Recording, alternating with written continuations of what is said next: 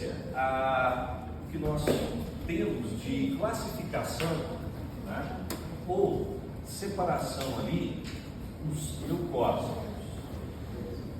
Tá? Então nós estamos falando de uma classificação envolvendo os vários leucócitos que nós conhecemos, certo? Beleza. Segundo ponto foi, quando nós pegamos esses leucócitos, nós fizemos uma separação a partir de dois critérios. Nós usamos dois critérios para fazer essa classificação. Quais foram os critérios que você utilizou? Lembra aí pra gente?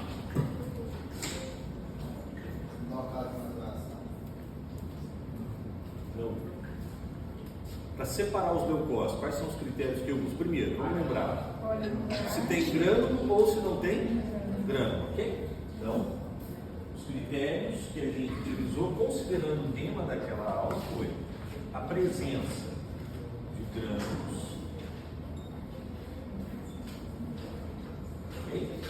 E a morfologia nuclear. Morfologia nuclear. Foi isso? Então eu tenho um critério para separar as células, eu uso a presença dos grânulos e a morfologia nuclear. Vamos lá. O que tem de importante nesses grânulos? Se é um grânulo, está carregando alguma coisa dentro dessa célula, certo? O que essas células imunológicas fazem? Vou pegar de forma bem simplificada. As células do sistema imune, ou, independente de quais sejam, elas vão produzir alguma coisa que interage, interfere com outras células, ou elas vão produzir algo que seja um receptor na sua superfície para ligar diretamente com um patógeno ou uma substância estranha. Então, o tempo todo, elas estão produzindo substâncias diversas, às vezes utilizadas própria célula, e em muitos casos você tem substâncias que são secretadas, que são liberadas. O objetivo é sempre o mesmo: estimular uma resposta protetora à medida que você consegue recrutar outras células, mobilizar outras estruturas, ou permitir que a própria célulazinha tenha a capacidade de interagir com outras, com os agentes estranhos e ela mesma responder. Então, a presença dos grânulos aqui me traz a informação de que eu preciso considerar os conteúdos inflamatórios, conteúdos pró-inflamatórios, certo? São mediadores que vão estimular respostas, então esses grânulos são muito importantes. A morfologia nuclear é uma consequência do processo de desenvolvimento. E aí você tem as células passando por estágios que nós chamamos de maturação. Então, se a gente vai separar os leucócitos, se a gente está falando daquilo que é observado, visto ali no microscópio, você tem esses dois parâmetros. Terceiro item, que a gente não pode esquecer. Terceiro item aqui. Quando você fala na origem dessas células, você tem que pensar em dois períodos muito importantes. Quais são os períodos importantes? Primeiro, quando eu falo da presença de estruturas celulares na medula, certo? E depois, o caminho que essas células seguem, que seria o caminho relacionado à maturação. O que acontece durante a maturação aqui? Eu vou ativar genes e vou produzir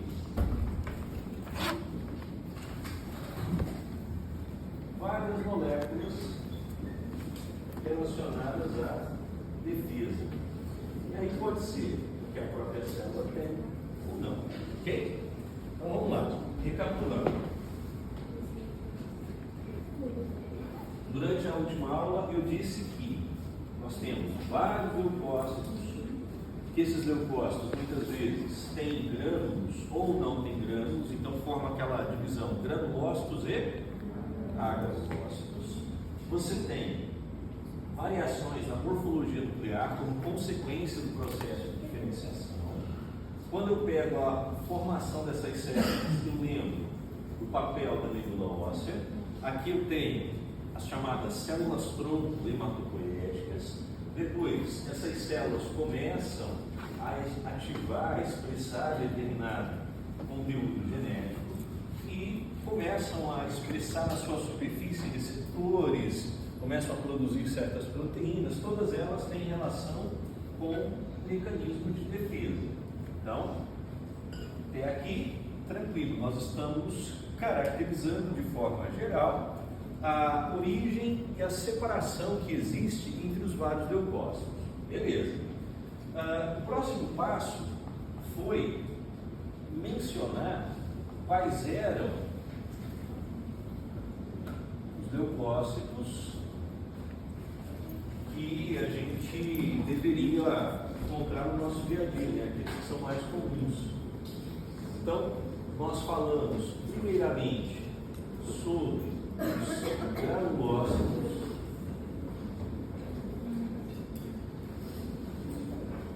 e depois nós falamos sobre os agranulócitos, certo?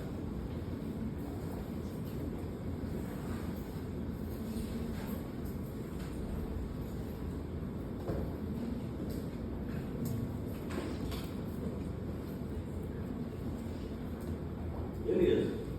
Entre os granulócitos aqui, quais são os exemplos que a gente pode mencionar? O neutrófilo, basófilo. Okay? Aqui entre os agranulócitos, a gente pode destacar célula de imunidade na monócito, aquele precursor do macrófago, né? E também todos os linfócitos. Okay? Todas essas células trabalham em conjunto para eliminar, remover os nossos antígenos, correto?